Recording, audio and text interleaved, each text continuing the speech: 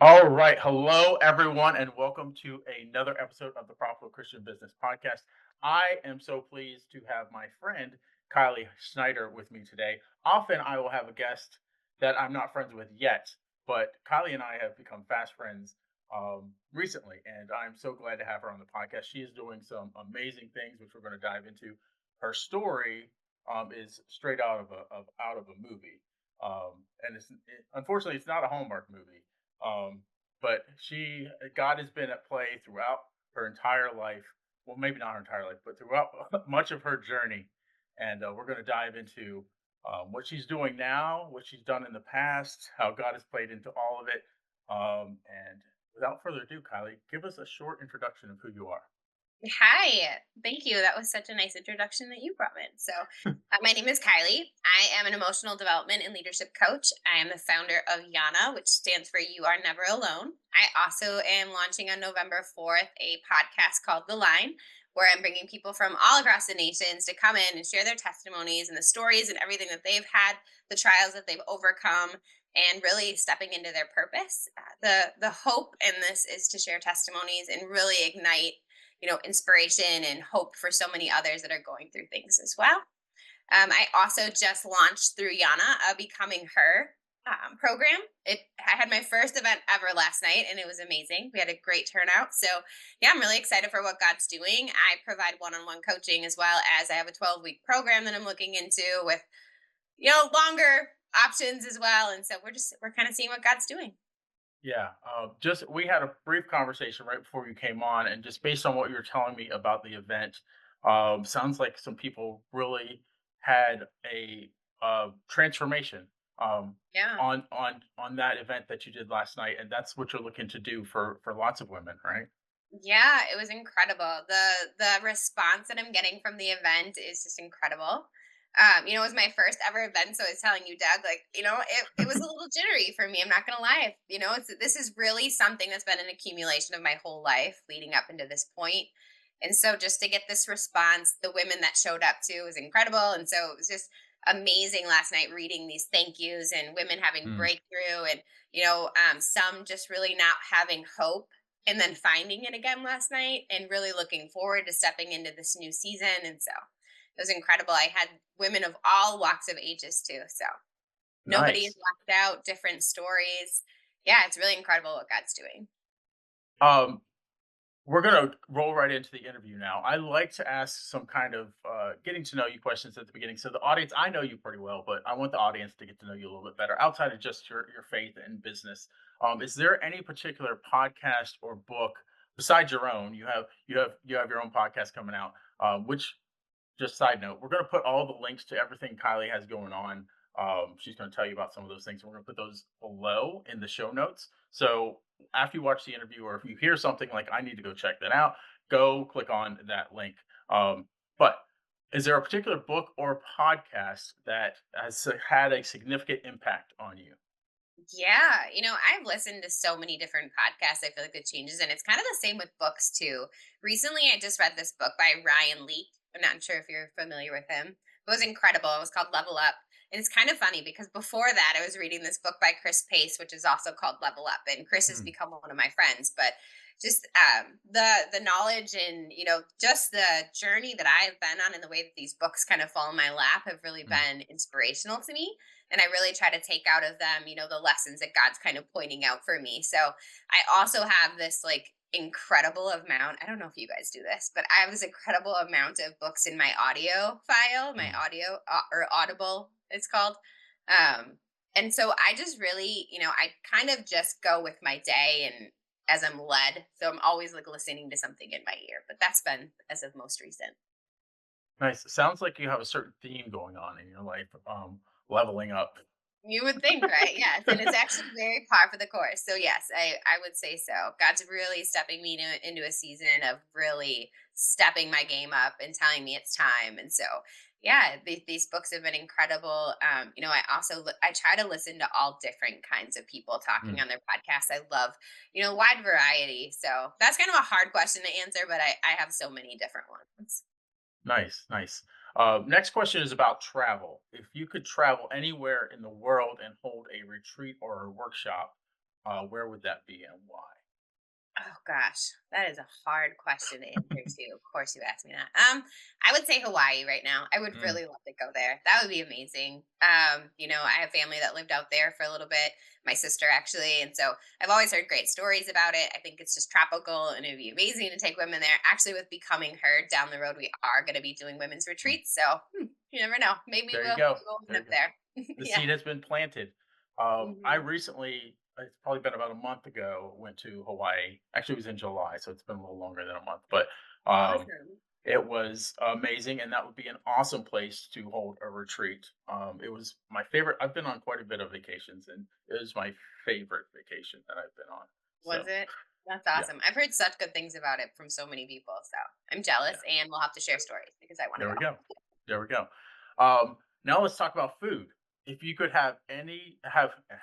if you could have dinner with any biblical figure besides Jesus, let's take Jesus out of it, because that would be the default answer, of course. Who would it be with, and what would you ask Oh my goodness. That is a hard look at you with all the hard questions them? today. Man, recently I've been led to Ruth a lot. Hmm. Um, also Deborah. I feel like Mm, there's been like this Deborah movement as of hmm. recently, and I'm fascinated by her story. Um, you could even go to David and how he had such I'm very different than David, but also my heart for God is similar. So I would say those one of those three. Nice. I'm kind of partial to either David or Solomon. Solomon had so Mhm. much wisdom. Uh, Yeah, so so much. um, th- he did some wrong things, Hmm. but Well, they all um, did. That's the fascinating yeah. thing about the Bible, and I talk about this a lot. Is like we in this day and age, everybody's kind of put under this like we should be perfect, and it's just not possible. And Mhm, so, looking at the Bible, actually, I'm writing a book right now too, and I got into this a little bit. But if you look at all the major figures in the Bible, they're all imperfect. They've all mhm, committed great amounts of sin, and things, but I just truly believe that, we all are given grace that we don't even mhm. deserve. A lot of people don't understand the grace that we are given and what grace really is, but there's big examples of that once you start diving into the Bible and looking at it. So Yeah, we could really go down the rabbit hole with that, with it could. um, Paul having persecuted his the people that he ended up, leading to Christ. Hmm. It's just crazy. So yeah, the next question is our fill in the blank question, and your Okay. fill in the blank question actually has two blanks, so be ready. My Hmm. faith in Okay. God has taught me that. Let me start over. My faith in God has taught me that blank, and it has completely transformed the way I approach blank. Oh goodness. My faith in God has taught me that I can get through anything. And what was the second Mm. part? And it's transformed the way I approach blank. Oh, it's transformed the way that I approach everything about who I Mm, am. My faith really taught me that I believe that the things that I went through in my life, we all have struggles, but I mhm, feel like I've always just been in a different spot. I didn't really have family that I could really feel safe with when I was little. And then being adopted as I was in my teenage years, they provided me stability, but it was such a short time. And mm, then I went back into my adulthood on my own. And so it's just like I never really had this identity. Like I didn't mm, know truly who I was. And once I found that in Christ and I found who He actually created me to be, it changed the whole way that I looked at myself. I was no longer trying to fill this void with inside of myself. I was really, knowing that I was His daughter and then He created me to have the journey that I did, to walk the path that I did, to mm. now step into the calling that I have that doesn't look like other people's, but I'm able to help so many more because of my experience and because I've found who He created me to be. So that makes sense. Yes, I love everything that you just said, and I kind of want to sit here for a minute before we go into your story, Hmm. because I think there's a valuable discussion here for the audience about stepping in to who God has called you to be. Hmm. Sometimes it takes a while for us to first identify, that we are a child of Christ and exactly what that means, right? Because Hmm. we are heirs. We're above angels. I don't know if everybody kind of gets that. We are. Hmm. There is nothing greater than us other than God and Jesus and the Holy Spirit Himself. Um, so. I just talk about your perspective on that. Yeah. So, I think for me personally, the first memory that I ever have of my biological father, and one of the only memories I ever have of him, I was chasing him down this dirt road, and I didn't have shoes on. I was probably 3. And I remember just calling out for him and him just leaving me. And then I Mhm, didn't see him. Again, he really wasn't a part of my life. But that was the moment the enemy broke in and told me that I wasn't loved and that I didn't mhm, have a dad and I was worthless. And then skip forward, my biological mom, I think that she really did try her best, but she was broken herself in a lot of mhm, areas. And so, she met my stepfather, and he wasn't a very nice person. He had a lot of issues mm, himself, but I think that for me, when I discovered who I was and that my father is God, and that mm, he and how it all works, then I was like, wow, okay, so I'm not fatherless. I do belong. mhm, I am mhm, loved. I am valued. And not only that, when you're walking in the kingdom and not in the world, your whole perspective on everything changes. And mhm, so for me, that was very, very life changing, and it was about 4 years ago when I truly understand what it meant to be kingdom and I truly understand who I was. And, I went through this coaching program, and part of it, we had to write out like an I statement. And mine was, I am the daughter of the king, and mhm, just to have that, like, that statement of, value really mhm, and love. That was a first for me. Like, okay, I'm not worthless. And so mhm. that was pretty big for me. So, All right, so let's make that transition. Let's go into your story because you kind of alluded to some of it there. So, mhm. um, I know a lot of it can probably be emotional for you, but share as much as you can Mhm. to where you are now and kind of what you're doing now. Sure. So yeah, like I said, my mom had married my stepdad when I was younger. He came from a lot of brokenness. His Mm, family was very, like, had a really rough time. So I think he was 6 of 7 children, maybe. His mom had left, and I don't want to quote the whole story because I don't know the yeah, whole truth, but I know that yeah, his mom had left him, and I think that was very difficult. I couldn't imagine going through that. hmm, I guess I could, but that's a difficult yeah, thing, and we all have our own experiences. But there was also, probably, cycles of things from my mom's mm, family. I hmm, don't know the details of all the stories, but what I do know is that I think that they tried, but there was so much generational stuff going on, so many wounds going on. And then, when you throw alcohol in the mix and family dynamics and, step children and, you name it, it was really troubled, and there was a lot of fighting. And so I would run away and I'd go run on this little wood pile outside and hide. And I didn't know who Jesus was, but I would talk to mm, him. I never went to church. I was never exposed to mm, that. And I'd write in my little house in the prairie journal. And I remember God talking to me and telling me, one day you're going to go through a lot of things, but one day it's all going to make sense. And that's really where I, started to have hope in I held on to that because I knew no matter what I was facing, that I always had him with me. And so then, whenever I was a teenager, I I was old enough to know that what was going on at home wasn't okay. mm, And it really was solidified one night. I wasn't allowed to go and do sports and things. And, I was a rebellious teenager that wanted to go hang out with my friends. So I didn't go home. And, mm, I came home to a lot of turmoil and a lot of abuse that night. And that night, when I had asked um, my biological mom to leave the relationship, you know, she didn't want to do that. And so for me, that was me like, okay, like, I'm not going to live this anymore. So the mm, next day I ended up actually running away from home. And I don't know, I didn't know where I was going. mhm, I now seeing it, I know I had Holy Spirit with me, mm, guiding me because I had that peace and I just kept walking. And, long story short, it turned into some of my step relatives finding me and, a court process happening. And so from 13 until about 15, I was in and out of a courtroom.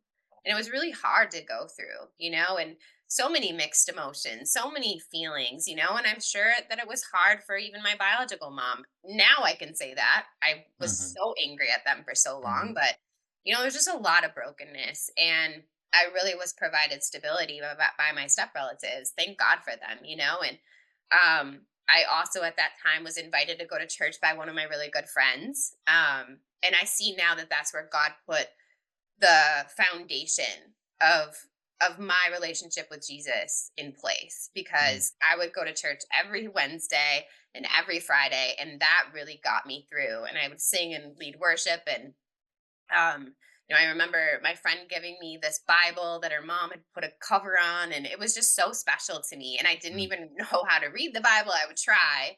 It was a study Bible, so it did have some, direction in it, but that became so special to me.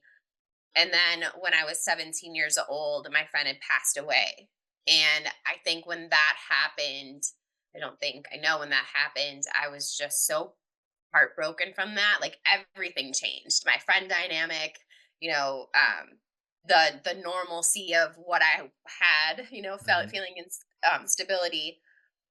And then I just started to believe this lie that the enemy put in my head that, God's really not looking out for you. There's mm, still, he if he really loved you, this stuff wouldn't be happening. And I graduated when I was 17 and went to college, and I just fell into the partying and the drinking mm, and the just really farther and farther away from God. And I had my first son, the mm, love of my life, Jackson, when I was I could get a little emotional. Um I was 19 when I had him, and I really think that he saved my life in a lot of mm, ways. I wasn't perfect, but it made me grow up a lot pretty quickly. And when he was born, the doctor said right away that he had this heart condition that he wouldn't live past 8. And mm, there's all these different diagnoses and things. And, I really held on to my faith. That was really hard to go through, and um, he's always had like a really good father in his life, but we didn't get along the best mm, sometimes. mm, And so that was difficult as well, and I mean, I could keep going on and on and sharing my story, but, we were able to co-parent Jackson in a way that he was always well taken care of, but mhm, I was still this broken little girl. And mm, I met my middle boy's dad when I was about, I want to say like 24, mm, and thought that he was the best guy ever in the whole world. mm, I've never experienced somebody being so nice. And then that turned into a really narcissistic, like abusive relationship. And so I mm, was little by little separated from my family. And, I'm not going to go into so many details about that, but that was like so difficult to go through. In, 2013, I was really, really in a horrible place. Like, I'm surprised I'm here. I mm, tried leaving that relationship, and the court system in the state that I live didn't recognize my. They said that I wasn't a resident of the state, so they denied my restraining order. mm, And I went back into the relationship, and I'm grateful that I did, because now I have my son Grayson. But yeah, it was a really hard thing to go through. And in 2015, I was able to leave that relationship. Skip forward. A lot of healing had to take place for all of us. It wasn't easy.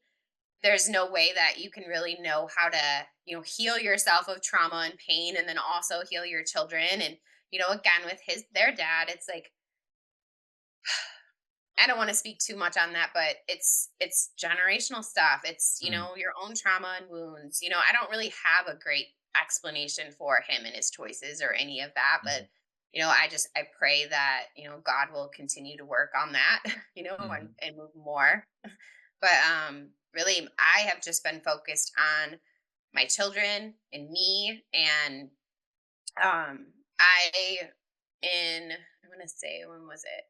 I think 2021, had my daughter. I'd gotten into another relationship, and I still wasn't like really fully healed at that point. Got into another relationship, and that did not work out. Um, just skipping kind of the details on that, mm, really, it was just not a good situation. And um I think when that happened and that relationship fell apart was really when I like surrendered my life to God. Because mm, I had been going to school also. I had been, really trying to do all of the things to build my life in the way that I was controlling. And, like if I worked enough here, or if I did Mm, this and I, read this book, or I went to this schooling, oh my gosh, I can make life great, right? But I was still operating out of like not knowing what my identity was, not truly knowing, who I was created to be.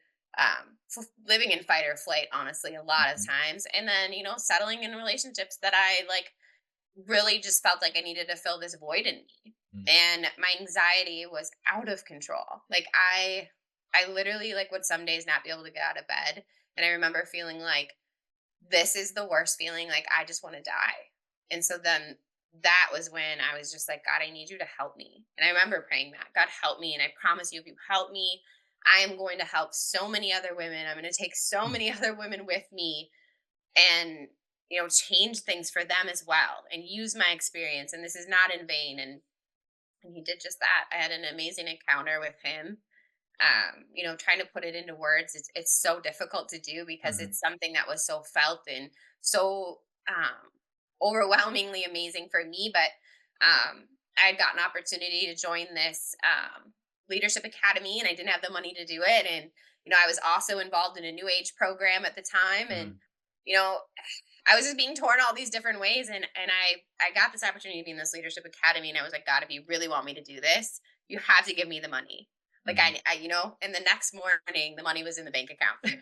And we still don't Wow, really know where it came from. wow. But that also started me on this journey of really, um the transformation, the community, the people around me, the healing generational things. And I ended up going on to more schooling and things, and really this fast track of God lifting me up and making me into the leader that I am. And, I have the credentials of being able to coach. And, some people that I like help now are, in all walks of life. And I'm just like, oh my gosh, I can't believe this is my life.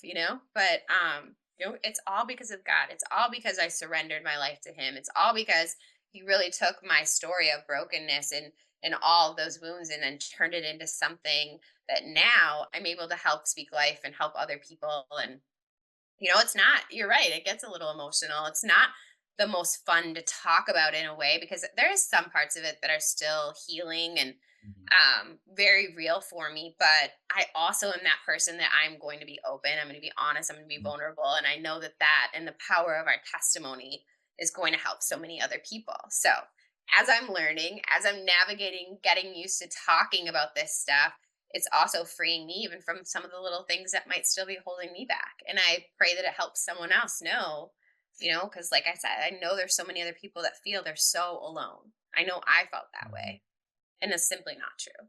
So I hope that answers your question, Yeah, Doug. That was a lot, yeah. but No, but there's so many things. We'll get to the other questions that I had prepared in a minute. Um, the first thing that comes to mind is hurt people, hmm right? And it ends yep. up being a cycle. You talked about it like from the very beginning of your family, and it was kind of like they came from a cycle of hurt people hurting hmm people, um, and I don't know. It's just a the way out of that is God, right? The way to get out of that cycle of hurting people hurting people is to look to God and um use his character, right? hmm Even when you feel like you Yep. don't have the what you need, you don't feel equipped. He will equip you. Um hmm Yeah, so 100%. um there was a second piece in there too that was at the top of my mind because I just kept hearing it over and over in your story about this person was hurt and then they hurt someone else because of that hurt. hmm The other part is actually the other side of it is your where you're at now. God put you through that, and and in no way at the going through it, I'm sure, did you think, okay, this is all going to pay off at some point for me to help people. You were just hmm going through it, right? And Yeah. then, but now, it's so often in life that's what happens is we go through something, not even realizing why God is allowing it, right? hmm Um, until we get to the place and we're like, oh, now I know, right? hmm So Yeah. it's all about that trust in God, even when you're going through it. Yeah. Um, So, Yeah, and for me, that was huge part of, I felt so like alone for so long, like so misunderstood. And when you're right, like when hurt people, I saw things that I had went through as a kid happening in my life again. Like the crying and feeling depressed, and there was times that I would have this overwhelming anxiety that would hurt me so badly. Like Doug, like mm, I literally felt like I was going to die, and I found myself trying to numb that with alcohol. mm, Meanwhile, carrying around these wounds and hurts from things of my biological family doing that. And it's like that is really where God opened my eyes to more of the compassion. mm, Like I truly don't believe that, my biological mom, for example, I truly don't believe that she meant to have that stuff hurt me, mhm, but it did, and we are different people. mm, I would have done a lot of things that she did differently. mm, But it took me a really long time to get to a place where I could look at things in a different lens from more compassion. And it was also, I think, and this might be helpful, I hope, for somebody listening. um One of the hardest things that I didn't know how to forgive. I really wanted to get to a place because I knew that forgiveness meant freedom, but I mm, didn't know how to forgive. I didn't know how to forgive and get over those things until I realized that forgiveness isn't for the other person, that forgiveness is for you. And sometimes we don't have to know how to do it. But for me, it took me being like, okay, God, like, this is how I feel. I understand that, like, that I should forgive them. I understand that, like, that's what you want us to do, is to reflect your heart, Jesus' mhm, heart for other people. Like, please show me how. Like, I don't know how. And then he started to walk me through these situations in my life. And I believe that that's when even I looked at myself and I'm like, okay, I know my heart here is to really love people well. I know that my kids mean everything to me and I'm a good mom, but it's not reflected sometimes in the choices that I'm making because of my hurt. And so then I was able to be like, okay, well, maybe that's what happened in that situation too. So not excusing the behaviors, because I really had to hold myself accountable even and be like, okay, like this is not okay that like this is happening and then it's affecting my children, but like also looking at a different lens, like this, I'm not intentionally doing this and maybe these people didn't too, if that makes sense. yeah, And so yeah, just reframing all of that was really part of my journey. And also, it's a daily thing too. There's still things that come up. Even talking about this right now, being transparent is new for me, sharing my mm, story. And, I never come on here or share my story with trying to or have the heart to bring anyone down, but I do think that these things really need to be talked about. And if I don't mhm, do it, my viewpoint is if I don't start doing it, then who will? You know what I mean? And I'm not saying, I hope that makes sense. It's like, yeah, it I hope does. that I'm inspiring other people, no matter what walk of life you're in, to share your story and the truth, because it does help other people. And it's so important that we do that and just be honest. I want to talk about two things because the other thought did come to mind. First of all, the underlying thing is where none of us are perfect, right? Hmm. Sin causes the whole hurt people, and the further away from God, you probably the more you hurt people. Hmm. Um, so the answer is getting closer to God. Um, the other, I want to talk about forgiveness because you brought that up. Like it's kind of timely that my pastor, not my pastor, but we had a Bible conference. We had a guest pastor come on talk about forgiveness, and an analogy that he used was God. I wish I had the verse at the top of my head, but there's a verse like from God, if you don't forgive, then I will not forgive you. That's not the exact words. Whoever's watching, that's not the exact Bible verse, but there's a Bible verse that's similar to that. And that's not saying He's going to forsake your salvation, right? He's just saying the analogy the pastor used was okay. Um, you're asking God for forgiveness, and God then asks for your bucket. He's got a lake, ocean, endless forgiveness, right? Hmm. But he asked for your bucket to use to get in. And how big is your bucket? Because Hmm. if you forgive it nobody, you maybe should get in a teaspoon, right? Right. Yeah. So I love that analogy because um, we have to forgive others. If we want to reflect what God has done for us, we have to forgive others, right? Hmm. Um, and that's just so Yeah. powerful.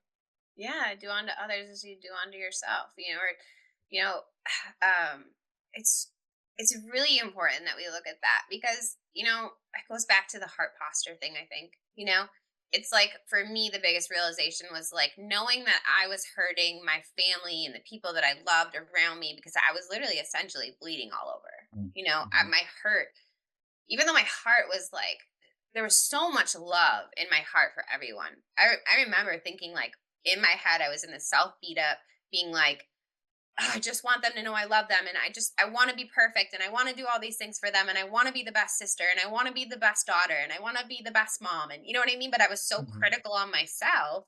And then also like not knowing how to get over traumas and things. And there's so much stored up stuff inside of me from a lifetime of feeling, trauma and pain.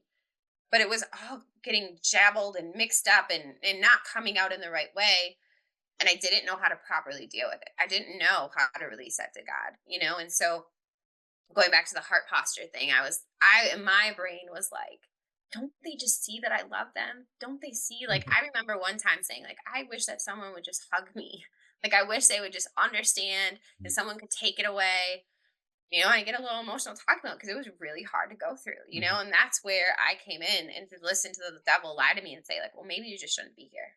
Maybe you should just not, and I really did. I got suicidal a couple times because I was like, maybe it would be better off if I wasn't here. That is such a lie for anyone listening because that is not truth. That is totally the adversary, like, but when I started to really get that healing in Jesus, when I had that night, that incredible night, and then I realized like, if I just talk to him from my heart and I just tell him and I ask him to help me, he's going to fill in the gaps. But it took me really surrendering and me standing in there being like, okay, like I trust you. And God, I don't know how to trust you, but I'm just gonna say I trust you until I do. And then these little Hmm. steps. And then, like I said, the little pieces coming up where he would show me like how I was behaving or things that happened to me, and then having that empathy towards situations that I'd went through and looking at things in a different lens gave me this freedom and this healing like I can't even, it's incredible. And it's only of God. It only strengthened my faith more, and made me more willing and really able to let God in more and trust him more and make him my source. And now, I'm seeing it show up so many areas of my life. It's incredible what's happening in this season, but Hmm. I definitely went through the wilderness. I definitely suffered. I definitely, you know, um, everything that I'm doing right now is truly a product of walking the walk and talking the talk and, Hmm. really going through things wholeheartedly. And yeah, I'm just figuring it out as I go too still. I'm not perfect. Hmm. I just literally wake up every day and I'm like, okay, like, what's this 24 hours? What if this was my last 24 hours? I'm going to make the most of this day. And, one thing I've learned is to not worry too much about the past and not worry too much about the future and really just be here present in this day. And Hmm. I invite Holy Spirit into every day. And I'm not perfect at this either, but I try to truly do that. And yeah, hopefully he continues to keep working on me just as I continue to chase him. So Nice. I feel like you may have really answered this question already, but it is like a question. I have a secret question that I ask every single guest. So it's made into a clip. So you may be answering it with some of the same things that you already said. But okay.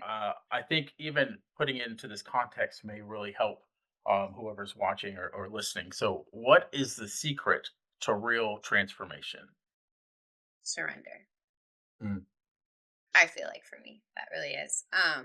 It's just, I understand that, maybe everybody doesn't believe the same way that I do, or, we all walk different paths, but I truly believe it's surrender. It's knowing that I can't control everything. Mm. That everything that is happening, you know, the only thing I can control is how I respond. Hmm. And I would rather come at things from a heart posture of like acceptance and, I'm going to take whatever comes and have the most positive attitude that I can have in it.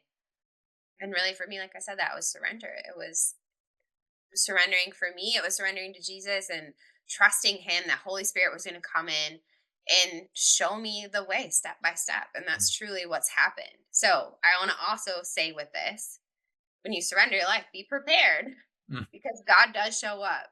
mhm. He will show up and Yeah. he will start guiding you. And it's Mhm. the most beautiful, hardest, but easiest thing. I don't know. How do you explain that, Doug? It's this beautiful Um, process. Man. wait, challenging, is a word that I would use because, in order to his desire for us is for us to be more like him, right? Mhm. So, of course, that's going to be a challenge for us, right? Because, um, we're not him, right? Mhm. So, we do not like like he'll put things in front of us that like we think are impossible, but nothing is Mhm. impossible for him. Like we think of our limited abilities, our limited resources, but we have a God with unlimited abilities and unlimited resources. But we get trapped in our own mind, Mhm. that it's not just us in it. When we have truly surrendered, like you said, to Yep. God, we have the ultimate resource. Yep. That you So said it perfectly. You said it way better than I did. It's true. We do. Ultimate resource. And that's I've really experienced this last year, I believe that God made me so uncomfortable because I had the vision of Yana and then I was like kind of holding on to it and I was stuck I was still needing to grow really and mhm, believe in myself and trust my discernment and all the things. But really a year ago was when God was like, they and I say it made me so uncomfortable lovingly to have me let go and step away from my full-time job, my full-time mm, paying job. And being somebody that comes from, trauma and things like control of money and control mhm, of what I'm doing was a really big piece for me. And so mhm, to let go of that and trust him as my source has been a daily walk, and really trusting where he's taking me in with Yana and the line and all the things that I have going on with becoming her too, but I'm seeing him time and time again show up because I'm like, okay, God, take it. Like, I don't know mhm, what you want me to do. I'm going to do my best to follow you. And he does. He shows up. And one thing I was talking about last night at my event was, you know there's really three parts: surrender, obedience, and faith and action. And I believe like I'm really in the faith and action part. Like mm, I've mhm, surrendered, I've been obedient, and I'm in faith and action. And so now it's like you're walking out things, because I don't know about anybody else that's listening or you, but I got stuck in this place where I was like, I don't want to move. I don't want to do anything out of mm, alignment with God. I'm going to keep, sitting right here until God tells me to do something else. And God was like, no, like you need to start moving. You need to start mhm, going. And so going back to the surrender place, it's like, okay, I'm just going to go. I'm going to listen.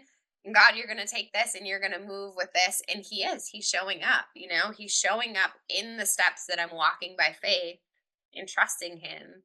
And so I hope that answers your question. I got off on a little bit more of a tangent, but yes, and yeah.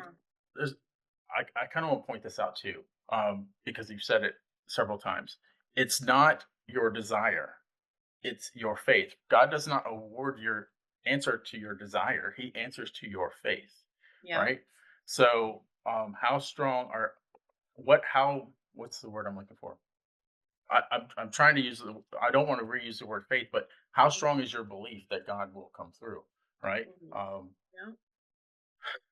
So And I feel like that's something that strengthens all the time. I truly yeah. believe that that's why he puts us in situations for that to be tested. I truly believe that's why he puts us in situations like, you know, when we want something, of course God wants us to Mhm, have things and live in abundance and all the things. But, for me, I'll just speak on me. For me, I yep. know when it's come to things like with money, I know that like he wants me to make him my source. He wants me to make him. Hi, Chloe. That's my daughter.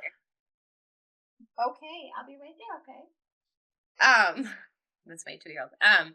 I know that he really wants me to make him my source, and so that when I do that, then he will show up, Mhm. and he's used that as a tool to do that. Okay, sorry, 1 second. No, it's all good. Okay, I'll be right there, okay? Okay, Mhm. thank you. My 2-year-old, she's so cute. Okay, Um, I kinda lost track of where we were. that's okay. 2-year-old Oh, interrupted, that's oh, okay.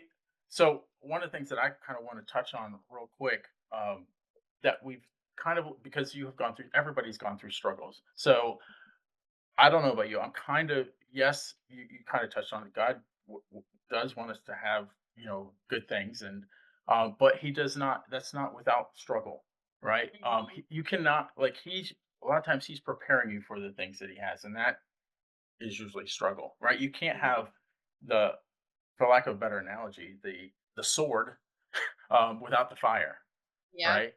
Mhm. So you have to go through fire in order to be refined. Um, Yeah, there's that word I was waiting for you to yep, say. yeah, Refinement, yeah, the refiner's fire. It's yep, real. It's yeah. real and it's not pretty all the time. It's not the most fun. But there's something too that I think is really powerful to share. It's if you think about it, you wouldn't know true joy in the goodness of God and the goodness of life if you didn't experience those extreme lows. That's right. And I don't know about you, Doug, but like for me, in my life, it's been in those times when I've been the most raw and the most vulnerable. And, really like at that place of, that verse that comes to mind is when you are weak or when we are weak, he is strong. Like Hmm. that's so true. Those times when I was so broken were also the times that I felt the most love and, moments of just like the most rawest, purest form of joy, even and some people Hmm. are like, what are you talking about? When you were suffering, you felt joy. Well, it's true, but it wasn't until my perspective changed and I was able to bring God into it that I could experience that in that way. Because before that, I was just a victim and I was in victim mentality and very much like this is happening to me, not for me. And once I changed that perspective and I was able to be like, okay, no matter what where I'm at in life, we're going to go through stuff. We're in a fallen world. It's just Hmm. inevitable.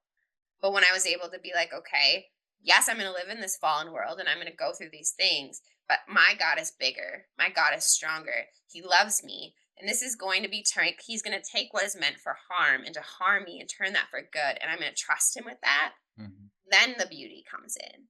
Then the lessons and the growth. And, he truly does take what's meant for bad and turn it to good. And so I am so grateful that I found that truth and that perspective in my life because now no matter what I face and I go through, I know I have that to hold on to.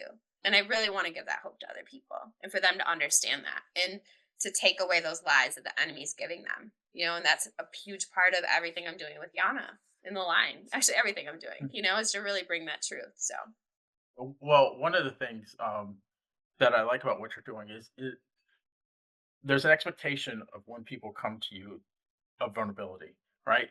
Um, and you had mentioned it earlier. You cannot get help unless you're vulnerable, mhm, right? yeah, If you're all good, what can I do for you, mhm, right? You see this often in the coaching profession or in just in business in general. There's a lot of posturing sometimes, right? Like mhm, I and then, oh, I don't need any help because I want, especially on the social media, because I'm the best me, right? mhm, I've got it all together. yeah, You can, if you really want to have it all together, get some help, mhm, right? yeah. So anyway, that just Well, I came to think, mind. yeah, no, and I think everyone everybody needs someone to look up to. I don't care Hmm. where you're at. Hmm. Nobody's perfect. I think one of the most freeing thing for me was, and I don't remember the quote offhand completely, but it was something along the lines of like saying, nobody has it all figured out. That's right. Nobody has it all together, but we live in this world where people want to live up to this expectation of being perfect because they think that if they're not, then they're not going to get the business they need, or they're not going to get Mm. the clientele that they need, or they're not going to live up to some role or idea of perfectionism that they need. And it comes from a lot of different things. And so what God has gifted me with is the ability to see people where they're at. He shows me visions of them or different things that they get to heal. And it's totally Holy Spirit. I cannot take the credit. I've been obedient. But he really walks me through these powerful processes where I'm able to have these healing sessions with people where, he points out to me things that they're holding, trauma that they're holding on to, and really that's what I'm feeling like I'm called into is to really help people release that stuff that they're carrying, and then that in return releases them from things of like trying to live perfect or stuffing problems and just becoming vulnerable, but yet stronger because you're able to really walk and live in that truth. Which, when you can walk in truth and just being open about, like, hey, this is who I am, this is what I went through, doesn't define me because this is who I am, who my God created me. There's such power in that. And I want that for every single person. I'm emotional. But I want that for Yeah. everyone, to be Yeah. able to really walk in that and not the lies of them being, something the enemy is trying to convince you of. So, I think you just answered my next question, but you could further elaborate if you want to. What inspired you to create Yana? oh, so like I said, it goes back to really being that little girl in that wood pile and, writing in my journal. And, I always knew that God had something for me. Like, I didn't fit in anywhere. I didn't feel like I ever, the majority of my life really didn't until, I found my identity in Him. But when I got this divine inspiration for Yana. I kept having these dreams, and I kept hearing "You are never alone." And prophetically, like, a lot of dreams that I have are, usually messages or things that, I believe God's really put in my heart. And so it was consistent. It kept happening. And I'm a creative. I'm a visionary, and I get in these modes where I will just start creating things. And I created the Yana logo, and I look back at it, and I'm like, gosh, it's like an angel, and it's beautiful, and there's something so powerful there. Mhm. But I just kept hearing "You are never alone," and so I named it Yana. And then it was about 6 months later, I'd stepped away from my job, and I knew that God really was calling me to be obedient. And then I was looking up, I really started to understand, like, the Bible in different ways, understanding Hebrew and Greek, and, like, how words mean different things. And I just felt really led to look up what Yana meant in Hebrew. And Yana stands for God is gracious, He answers. And as soon as I read that, it was like my whole life played in front of me, like, backwards, though, Mhm. into to that little girl. And every moment and everything, like, I believe that there's been encounters that I've had in my life, because even when I was younger, for example, I was at a church service one day, and this person, I never had seen them before ever, came up to me and were like, "You're going to do mighty things for the kingdom one day." I Mhm. didn't even know what that meant, but she had spoken in my life, and there's different messages and things. And like I said, I had all these visions. And so when that happened, I was like, okay, God. But that came from my walking by faith, my active obedience, leaving my job, doing these steps, my heart posture, where I was at, And so now, it's really coming to life. But it's not like a overnight process. This has been something that He has literally walked me step by step. I don't want to use the word suffer because I don't want it to sound all bad, but I don't know a better one to use right now. But I've really, like, through You the were being refiner's refined. fire. Yeah, I went through that. Like, I didn't just decide I'm going to do this. Like, I have literally bled and Mhm. cried and, experienced it. And I truly know what people I'm helping now are going through because I've experienced that side of it, but I've also experienced the other side of freedom with it. So that's what Yana is. And, it's turning into that. Like I said, my first women's program is becoming her. There's going to be other men's programs. There's going to be in person retreats and, really healing and freedom. And I'm here to blow the roof off of these lies about who Jesus is and this perfectionism. And, I'm not perfect. I don't want to be called a church either. Mhm. I just want people to know who Jesus is and the truth about Him. And, just do the best I can to bring help and love where it's needed in this world. Wow. Can you talk a little bit about the Becoming Her program and kind of how you help women with that? Yeah, so like I said, I launched my first workshop last night. I have developed this 12-week program, but I think from our conversations like we've had, Doug, it's like I don't want to just end it and mark it at a 12-week. Mm. I think this is going to be a continued thing. I'm really praying on what that looks like because, I've been part of coaching programs and things in the past, and I don't really want to look like anything that's been out there, Mm. but I want to be available to everyone. Also, I need to feed my kids. So Mm. it's like, what does this look like? I don't believe in charging for the gospel. but I believe God has given us tools and abilities and things to help people. And Mm, so it's really just praying and asking God, like, okay, what does this look like? And so the Becoming Her is, I'm writing a book right now too. I have a workbook already made, devotionals. I have, this coaching program where I really want to help women find their identity in Christ, who they were created to be, get over their limited beliefs and the things that have kept them kept in bondage, break generational cycles.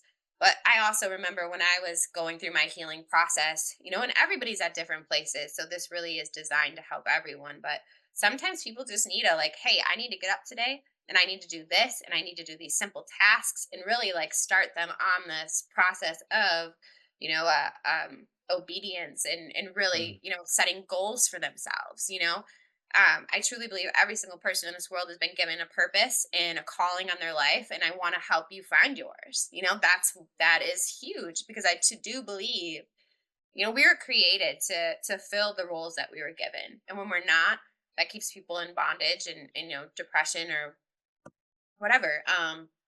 Yeah, so more is to come. um Stay tuned because we're gonna be putting all that out there soon. But like I said, I just really see it turning also into, a more consistent thing happening. I had so many messages last night. People are like, are you doing this every week? I'm like, we'll have to pray on that and see. Yeah, yeah. So Um, yeah, and often when you put something out there, the audience or the market will tell you what they want, and that might be a sign for them saying, "Hey, this is something we'd like on a weekly basis," right? hmm So, hmm yeah. so that um, lost my train of thought. Sorry. Oh, I want to touch on a verse that you use, Isaiah 61. hmm It's a core inspiration for what you do. How do you see God's promise of freedom and healing from this passage come to life in the people that you help? Gosh, it's about setting the captives free. Mm, Honestly, I've seen so many different women from so many different walks of life. It's actually incredible what God's doing. Because again, it's Holy Spirit. It's me being obedient, but it's Holy Spirit. And this is why my faith is so strong because I've seen him set the captives free. I've mm, seen women, like, for example, that were going through, problems having, children, be freed of that. And now about to give birth. I've seen God heal people, being suicidal and now finding hope again and now turning around and mentoring other women. I've had all walks of life, really, women and men. But Isaiah 61, when I read it, I was like, oh my gosh, this is exactly what God put in on my heart to do. And it's really just that. It's freeing people from the bondage. It's revealing to them the truth of who God's really created them to be and having people be whole and walk in freedom. I want to give a testament to who you are and kind of why I think women should gravitate towards you. Um, Mhm. there are probably plenty of women coaches out there that can help with trauma and things like that, and many of them have read many books, right? But you want someone that's had the experience, that has gone through the fire, as you will, right? To help guide you. Um, I want the person that has hiked that mountain, rather than somebody that's read about it, right? Right. hmm Um, so that's just a testament to I believe in what you're doing, and I believe you're going to help a lot of people, um, because God put you through that fire so that you could, right? So That means a lot. Thank you. you, No, and it's so true. I mean, the biggest lessons that I've ever learned are from people who get in the pit with me or who've been in mm, the pit, get in the trenches and the things that you go through. Because there's just so much more. And I'm not saying like you can't learn things from books. I learn things right, from books all the hmm, time. But yeah, the real life experience is there's no comparison. So yeah. thank you for saying that. Um, So you also may have answered this already because we've talked a lot, but in moments of doubt or struggle, how do you stay anchored in your faith? And actually, I don't think you've really answered this. So I'm going to ask Okay. it again. In Mhm. moments of doubt or struggle, how do you stay anchored in your faith and maintain your purpose? Prayer, Mm, honestly. And I'm not always perfect at that either. I've mm, noticed. So for me, I think that I've been walking long enough with the Lord, and also healed long enough to notice that if I start going back into a pattern of something, like for example, like if I haven't prayed in like a day or two, I know like, okay, what's going Mm, on? And that can come from, life events coming up or like you're saying, like something hard happening. But I am very quickly by grace reminded and I go back into that. And so I really my prayer life is huge to me. When I started praying, and at first I didn't know how to. I remember even when I first started reading the Bible, I was like, what is this? Like, there's so much mm, in here. I don't understand all of this. But I started being like, okay, God, show me how to pray. Give me the mm, heart to pray. Give me your wisdom. That was huge too. Like, give me your mhm. wisdom. And I would even open up my Bible and be like, can you show me how to read this? Like, show me where you want me to go and to read this. But really, for me, it was that like that connection with Him, that like just vulnerability and prayer and time with him, that relationship, because it's about a relationship. Like so many people think it's religion. I don't even identify with religion Mhm, at all. Like I don't even honestly, transparently call myself a Christian. And maybe that's mm, weird. I don't know, but it's just I don't. I'm a lover of Jesus and mm. I just love him. And so Yeah, anyway, I it's about relationship for me. And I know that when I'm going through stuff now, that if I don't run to his feet first, it just all gets jabbled up. And that comes from a solid prayer life and really that relationship with him. So I hope that answers your yeah, question. yeah. If I could elaborate just a little bit, it's Mhm. how you put on your armor every day, Yep. right? The more that you are in communication with him, when you're in the word, in prayer, um, and I like to start my day with it because um, I don't want to be reactive, right? I want to be Mhm. proactive. Yes. So if I start the day by putting on the armor, I know the days when I have not, right? I can feel Yep. them. Mhm. Um, so Yeah. again, not perfectly, but definitely purposely. Um, and it's just such a difference when um, the spiritual warfare. It feels like it's always going to come, but you're much more defended against it the more that you're in the Word and the more that you're in prayer. So Yeah. 100%. I'm so glad that you brought that up because it goes yeah, back to like, I know too. Like, I know when I don't start my day.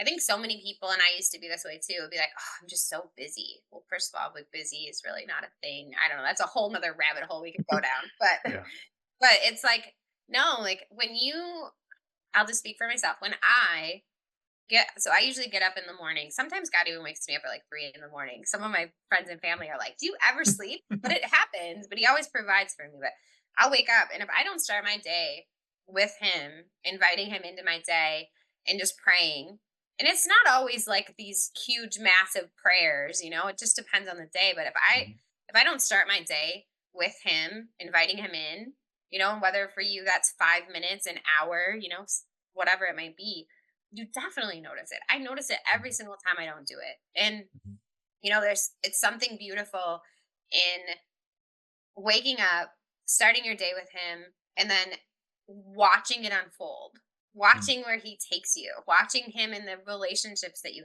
have, and the person that you meet at the supermarket that, like, has this conversation with you that you weren't even expecting. It's truly walking in the kingdom then. And I feel like what mhm, you said is like if you don't put on your armor and you're not starting there, your day just gets chaotic. And then it's just like mhm. so many things are coming at you. And so that goes back to like, I really notice if I'm not doing that in my prayer life and how it's so important to me. Yeah. So, Yeah, I feel like the enemy is actively trying to distract us a lot yep. Hmm. because the more that we're distracted, the more that we're not putting on the armor that we need to Hmm. be put on. So Yep. yeah, that's we're on the same page there for sure. Yep. If So you can get into your mind and control what you're thinking, you can control everything essentially.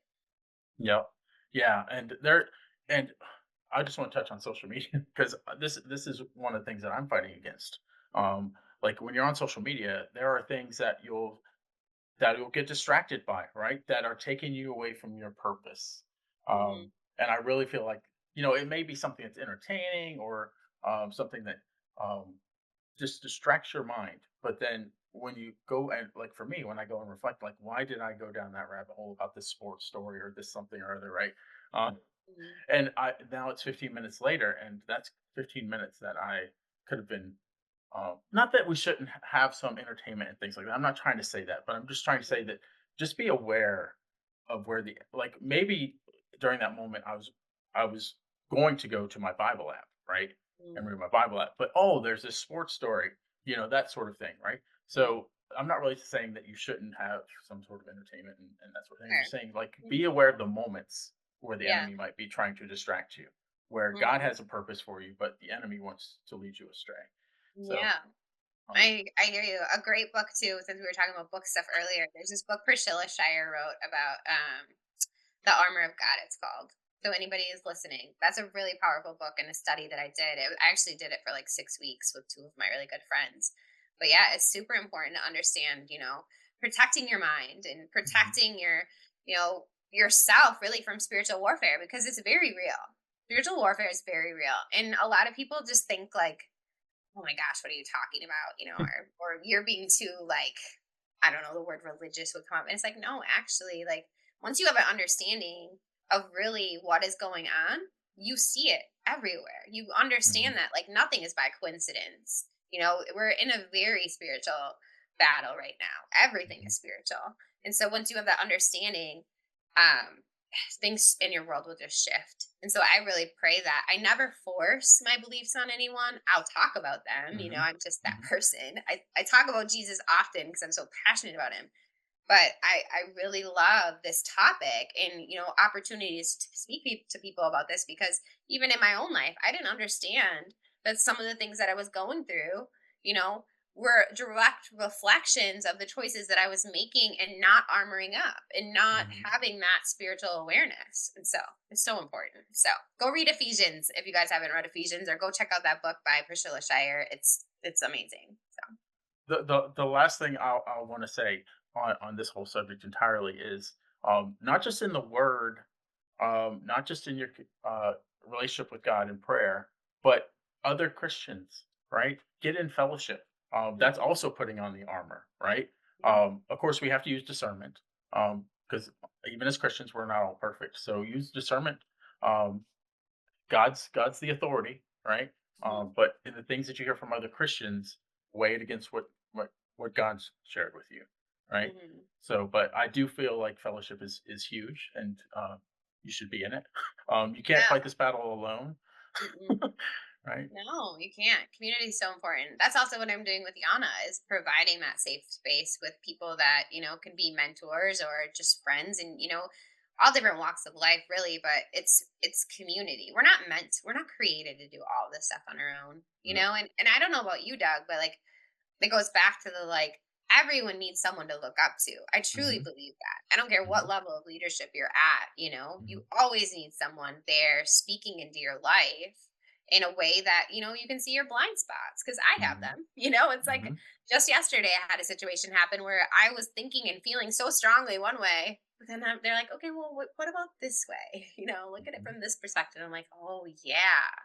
Or even it's even with people in relationships that you can come into contact with. It's like sometimes I meet these people and I think my discernment's really amazing, but then I'm like, wait a second, like I find out other stuff from a different perspective, and it's like I wouldn't see these blind spots if you didn't have someone else there to speak to you. So I love that you said that. It's so important, and I'm really excited that we're providing that through Yana as well.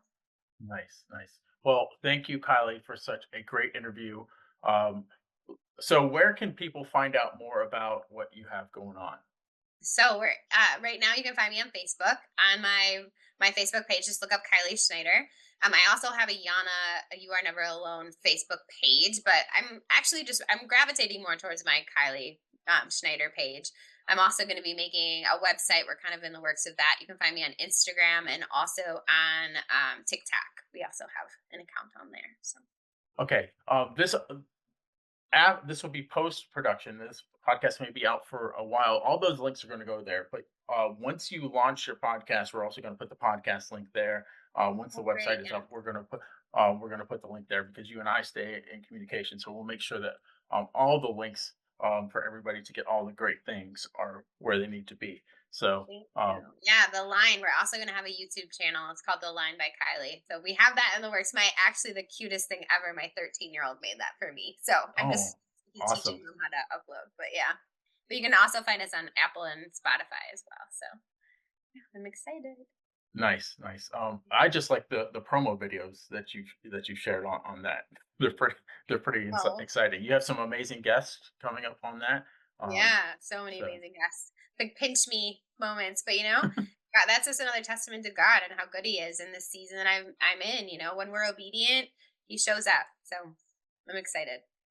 I like to close every podcast interview with whatever's left unsaid. And if you have any words of encouragement or wisdom to pass on to anyone that's watching that maybe that you haven't talked about already. Yeah.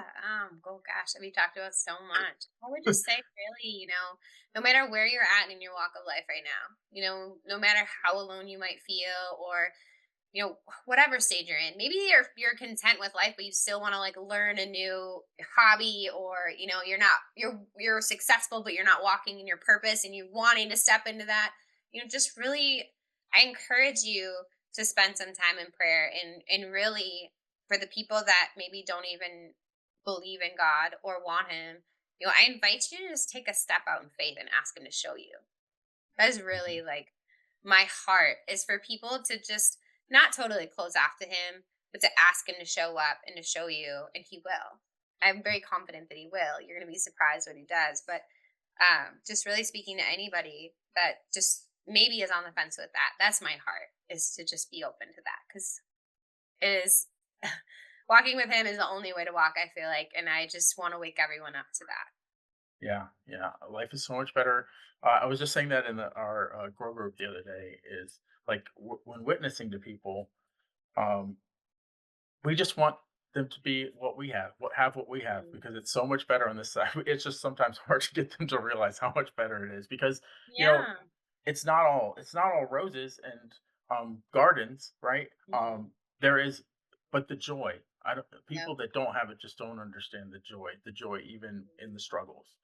Um, Yeah. And so I want everyone to. And I think that, I mean, just to speak quickly too on this other part, I think for a lot of people that I've talked to, a lot of my own experiences, it's, church has hurt a lot of people too, and that's a mm, whole rabbit hole we could go down. We're not gonna. But I mean, to just change your perspective to being closed minded to open minded, and just really, asking God to show you and to meet you where you're at. And mm, it's not about religion, it's about relationship. Open up your Bible, find the answers. I feel like it's so easy for us to go to school or to learn things, but there's this block sometimes to opening your Bible, like, oh, I don't want to do that. Like, it's mm. just this, I don't know what you can call that, but just be open and ask Him to show you personally is really my heart for everyone. And find the truth on your own, because He will show up and He will show you. So, Yeah, awesome. I'm glad that that's how we closed. So until mhm. next time, entrepreneurs, keep moving.